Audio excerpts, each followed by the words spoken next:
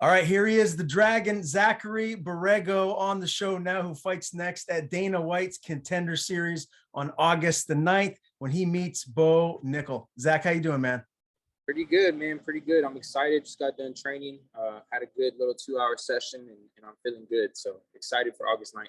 Yeah, no doubt. And we were talking a little bit before we went live here, and I just interviewed you a couple weeks ago. You were getting ready to fight at Fury FC 65, and you got a unanimous decision victory over Tommy Britton there. We'll get to that in a minute, but first, let's talk about this Contender Series opportunity, because it seems like it came out of nowhere. Just 3 days ago, you posted the news that you're fighting Bo Nickal, who very well-known wrestler. Anyone in the combat sports world knows exactly who this guy is from his wrestling credentials. So tell me when you found out, what your emotions were, and just how you're feeling right now.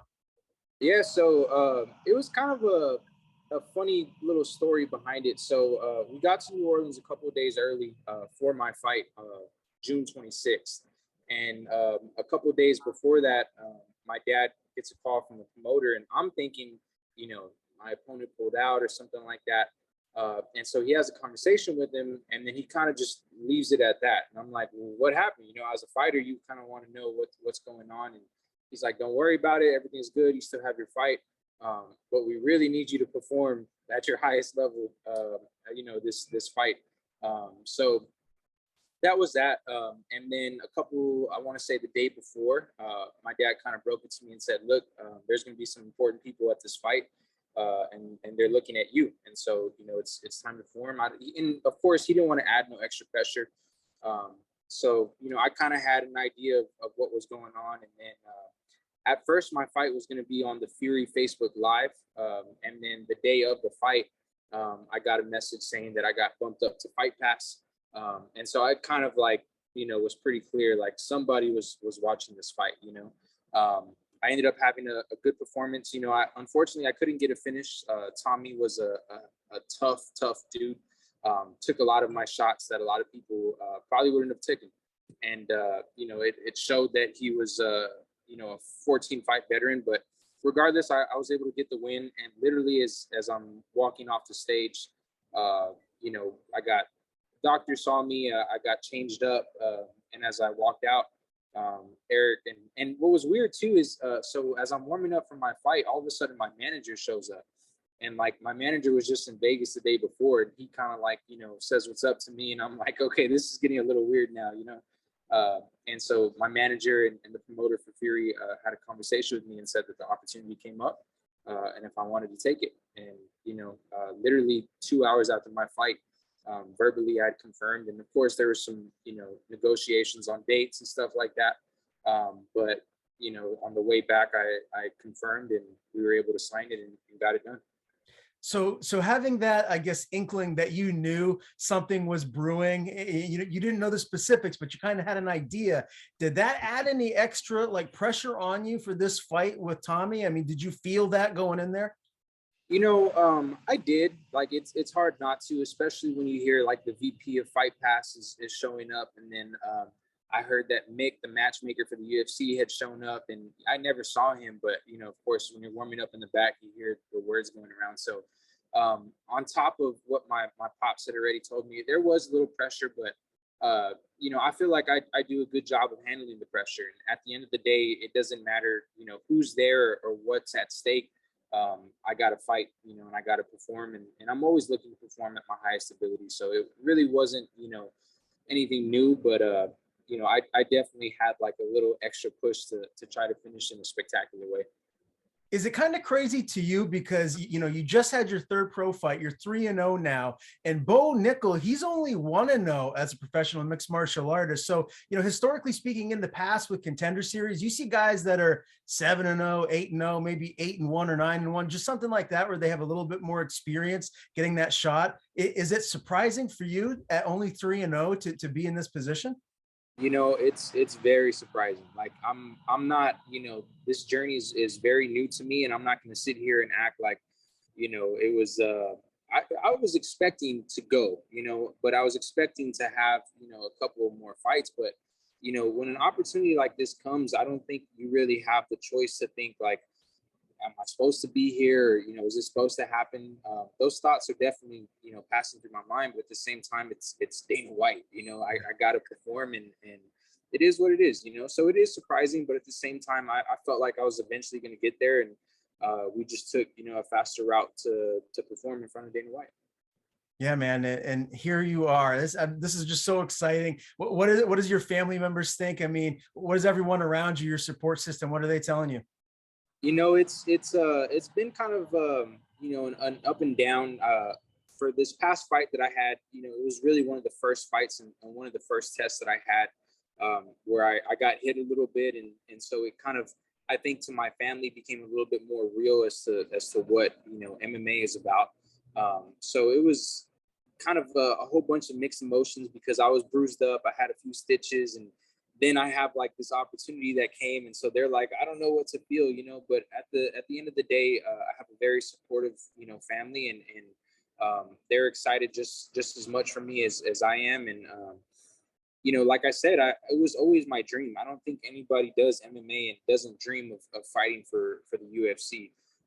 And so they kind of recognize that, and they understand how much this opportunity can change not only my life, but eventually people's closest to me.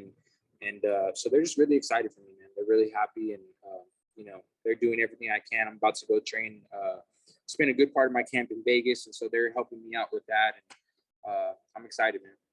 You just fought 2 weeks ago here at Fury FC 65, and this Contender Series matchup is August the 9th. Is that too soon? Do you wish it was pushed out a little bit further, or is that the right time frame for you? Yeah, of course. I would have liked a little bit of time, and that was something that we tried to negotiate with. I don't know, whose side it was who they wanted to fight August 2nd, and so I said, I need at least a week of recovery, and then I can hop back in camp. And, we were pushing for a little bit later, but we couldn't unfortunately get it done. But as far as the type of fighter that I am, I'm 25 years old. I'm about to turn 26. I had said I wanted a busy year. I wanted a lot of activity, and I think it's just what I need. I'm on a roll. I'm on a hot streak, and straight to Vegas to fight in front of Dana White is probably what's best for me. And so, like I said, there's a lot of factors that maybe could be changed a little bit, but at the end of the day, it's an opportunity, and I'm ready to take this opportunity and take advantage of it. Obviously, you're pleased that you got the win at Fury FC 65 over a game of veteran Tommy Britton, because here you are, with this fight against Bo Nickal in Contender Series. But dissect that fight a little bit for me. If you're going to be nitpicky and kind of, pick out something maybe that you wish you could have done differently, is there anything from that fight, or are you overall pretty happy with the outcome and your performance? No, I mean, I'm of course, every fight that I have, I take something that I could have done better. I think my striking was on point. There's a couple things that I learned as far as fighting a full 15 minutes. I was putting some heat on certain things that I probably shouldn't have taken it back a little bit, just because he was so durable. The first round I hit him with the flurry that, like I said, when I was hitting him, I'm like, you're supposed to be going down. You know what I mean? There were some shots that were sinking in there. And once I realized that, I feel like I should have taken some off and played it a little bit more smart. So of course, there's some things that I learned, but I also learned a lot about myself. Going into that third round was very new to me. And it felt definitely, like a 15-minute fight, especially because, as you get tired, you start making, some mistakes that you probably shouldn't be. So those are all things that I've taken with me and immediately started working on. It's a different type of conditioning. It's a different type of level that you have to push to in training to be able to mimic, that as best as you can. And so, immediately that's what I've been working on. And, I'm excited to perform in front of Dana White with all the knowledge that I learned from that fight. And outside of the normal bumps and bruises that you get in a fight or even in training camp, how healthy is your body feeling right now? Are you feeling pretty good? Yeah, I'm feeling good. Like I said, this is the first time really and honestly that I took a full week off. Usually because my fights had finished so fast previously, like I was in the gym 2 days later, you know what I mean? And that may have not been the best, choice for me, especially coming off of a 6 or 8 week camp. So I took a week off, and then we flew out to Vegas last week to do like media and stuff. So there's a couple of extra days that I took off, and I got back training on Thursday, and I feel great. My body feels very rested. My weight is still on point. I didn't balloon up, after this last fight. And so, I feel good. There were some stitches that unfortunately had to stay in my face a little bit longer than expected, which kind of prevented, some rolling and some sparring rounds. But like I said, I think it gave me the rest that I needed, and I haven't felt this good in a long time. Like I just finished boxing practice, and I told my coach, like, man, I feel good. Like, we just finished 6 rounds, and I could probably do another, 6. I feel really rested and just ready to go. What was it like being at the Apex and being at the PI, doing all that media and everything? Was that kind of surreal for you? It definitely was, man. From the very beginning, as we're flying over there, I'm like, this is just insane to me. Like, the UFC flew me and my corner out, and like 2 weeks ago, I'm struggling to see where I'm gonna find, my place to sleep the day before the fight. And it was just very, very kind of eye opening. But at the same time, man, like, I want to enjoy the moment. I don't want to let the moment get too big and I kind of become like overwhelmed by it. I want to take everything in, and that's what I told, my pops is one of my corners that I took out with me. And I'm like, everyone says like, oh, you got to act like you've been here, but I haven't. So I'm going to enjoy what I can. And, it was a lot to take in, but I think the fact that, I was just kind of happy and enjoying everything, it really calmed the situation down, and there was a lot, we did a lot of media, a lot of medicals, and it was, like I said, just a lot to take in. But once you kind of just sit back and enjoy the process, enjoy the ride, it became just a situation that I felt like I was going to eventually be there. You know what I mean? And it's just happening now. All right. Now, if you go in there and you beat Bo Nickal and you do it impressively, and you get this contract, you're going to be an official member of the UFC middleweight division. So I want to ask you, I'm sure you watched 276. What was your takeaway from Adesanya's performance against Cannonier? And the second part to that question is, do you feel like Alex Pereira, this is the guy that, beat Izzy as a kickboxer, knocked him out. Can he do something to beat him as a mixed martial artist now? Can he dethrone the current champ? So it's always hard for me to analyze fights because, like, I'm still a fan of the UFC. I'm still a fan of MMA. So as a fan, I would like to see Adesanya, initiate the action more. He's probably one of the highest paid, athletes in the UFC. And, of course, as a fan, I would like him to show his worth. But as a fighter, I think he's a smart fighter. He fought the right fight. Why put yourself in danger for the sake of the roar of a crowd? You know what I mean? He's long, he uses his length, and he did what he had to do to win the fight. I don't think there was anybody who questioned that decision. I think Jared Cannonier on the opposite side of that maybe could have done a little bit more to push the pace and stuff like that, especially if you're the one challenging the champion. You know what I mean? So I can see both sides of it. Like I said, as a fan, I would like Adesanya to do Adesanya things. And as a fighter, I respect what he's doing. To the second part of your question, I think, yeah, definitely Pereira, faces, gives Adesanya some challenge just because his length is going to force, the range to close, and so we haven't really seen Adesanya face the same length, the same kind of kickboxing style. So I'm excited to see that fight. I'm really curious to see if Adesanya brings in the MMA aspect and maybe, utilizes some wrestling. I know he's been working on that. Maybe utilizes some takedowns and kind of just mixes it up, not even to keep the fight on the ground, but just to have the thought of it, of the takedown being there in the back of Pereira's mind. Because Pereira did get taken down, I want to say his UFC debut in round 1. So, that's there. And as a fan, like I said, I'm excited for it. And as an athlete, I'm really curious to see what each athlete brings as far as their game plan goes. Yeah, I can't wait for that one. Hopefully the UFC matches that before the end of the year, because I know the fans are really clamoring to see that matchup. Let's talk about this camp for you, my man, and getting ready for Bo Nickal. Is this just going to be a case where you're just going to be stuffing takedowns for the next month until we get to August 9th? Yeah, pretty much, man. I'm already kind of, I had to dust off the old wrestling shoes, and every morning I look at him like, God, man, here we go again. Wrestling is tough, and anybody who goes through those wrestling practices knows, how grueling they can be. But at the same time, man, I wouldn't be surprised. I know Bo has 2 wins with knockouts, and so his last bull, his professional debut, he looked pretty sharp as far as striking goes.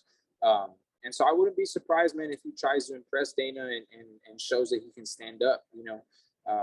I think with me, that's not a smart choice, but we'll see. We're preparing, of course, for his wrestling, for his pressure. But like I said, I have a feeling that he's going to try to show the world that he can do both. And so, we'll see where it goes. But yeah, as far as practice goes, man, I'm definitely carrying my wrestling shoes with me everywhere I go. Who do you have around you for this next month? Are you going to be around anybody new that's kind of specific to what a Bo Nickal fight will be like? Yeah, so we've reached out to a couple of local college wrestlers that are home to San Antonio. Um, as far as maybe someone new, I'll be spending the last 3 weeks of camp out in Vegas. We're definitely going to be spending time with Robert Drysdale out there at Zen Jiu Jitsu, and maybe a couple other people that we're trying to get in contact with. But it's one of those things, like I said, where of course we're worried about. I don't even want to say worried, but we know what kind of threat he brings as far as wrestling goes. Um, but it's also like he's gonna have to get through my striking to initiate that, and so we're definitely focusing on our strengths, and just kind of tweaking up our weaknesses. And like I said, I just because this opportunity came, I know what's at stake, but at the same time, I don't want to be like introducing new foreign people and stuff like that. I'm only 4 weeks. I mean, I'm already 4 weeks away from this fight, so we're going to ride with what we got. And, through the connections that we've made through the past years, we've already opened up some doors for myself, and we're going to go and put on a show, man. I saw an interview he did recently where he said that he doesn't believe anyone in the middleweight division for the UFC has 10% of his wrestling prowess. Do you feel like you have, or you've had people around you that are comparable to his level? So you feel really confident, with your takedown defense being in there with him? Well, it's not, it's hard to replicate a 3-time, national champ. So, I don't have anybody of that status, but we do work with some good wrestlers. And the thing that I think that I have an advantage over is I work with wrestlers who do MMA, and it's a lot different. It's not just a wrestling match. It's a, strikes are involved. There's ways that you have to work yourself into there. And so as much as, he says, that there isn't anybody that mimics that, it's not just a wrestling match. That's why it hasn't been mimicked. There's a lot of people who have great wrestling backgrounds, but their striking is what kind of sets it up. And so, it is what it is. Like I said, he's a 3-time national champ. We know what he can do as far as the wrestling aspect of the game goes, but it's going to be my job to not let that happen. So if you look at Contender Series, historically speaking, Dana White is looking for finishers. He's looking for people that are going to go in there and get a knockout or a submission here. But with you being only 3-0 as a pro, do you feel that pressure, or are you just more concerned with going out there, fighting a smart fight and looking impressive and getting a win? No, I mean, my fight style, I'm always looking for a finish, and I'm not going to really change that, for this Contender Series fight. I'm going to be looking for a finish, but at the same time, I know who I'm fighting, so I'm not going to be overextending and putting myself in situations that just don't need to happen. I would do that on the regional scene, like my mentality is to find a finish, but find it in the right way. I think there's a lot of pressure on him and his team, because if we do get into a striking exchange and maybe he feels uncomfortable and he goes for a takedown, Dana's not going to want to see that. You know what I mean? He's not going to want to see somebody, wrestle each other for 15 minutes. And so I think he knows that. I think his team knows that. And I think, there's pressure on both sides. But as far as myself, I know that there's kind of like an aura around him that he's only been training striking for 11 months. I know that's not true. His parents are come from striking backgrounds. I think that once that inexperience is shown, maybe we can lead him into some things that he's just not seen before. Give me your prediction. How does this end? How do you get your hand raised? Like I said before, man, I'm really bad at predictions, but for this fight, I just see myself being calm and collected, not letting the moment be bigger than me. I think that I maybe put him in some situations that he hasn't felt before, cause him to overreact and me finish the fight. Well, I wish I could be in Vegas on August the 9th, but I won't be. I'll be home watching it on ESPN Plus. Zachary the Dragon Borrego, Dana White's Contender Series against Bo Nickal, again, August the 9th. Man, I appreciate you giving me some of your time here today. Can't wait for this fight, and pleasure chatting with you again, my man. Before I do let you go, I want to give you the floor. Please tell people where they can follow you on social media. If you have anyone to thank, any sponsors, the floor is yours. Thank you. Well, thanks for having me on. First off, I'm glad we're having these conversations. You can find me on Facebook at just my name, Zachary Borrego. My Instagram is ZB_58. My Instagram, you can find a link to my YouTube channel. For this camp and a little bit of last camp, I'm doing like these day in the life videos where you can see kind of what my training's like, what I'm doing to prepare for this fight. So definitely, check that out. All of my sponsors, like I said last time, man, it's so many people that have been a part of this journey, and I don't want to leave no one out. So I'm just going to give a big thank you to everyone who has been a part of my journey so far. And I just want to let everyone know, like, I'm not, this is just the beginning, and I'm excited to see where we go after this. And I'm excited for the fight, man. I think this is a perfect matchup. The classic striker versus grappler in front of Dana White. And I'm just really, really happy and excited to put on the show.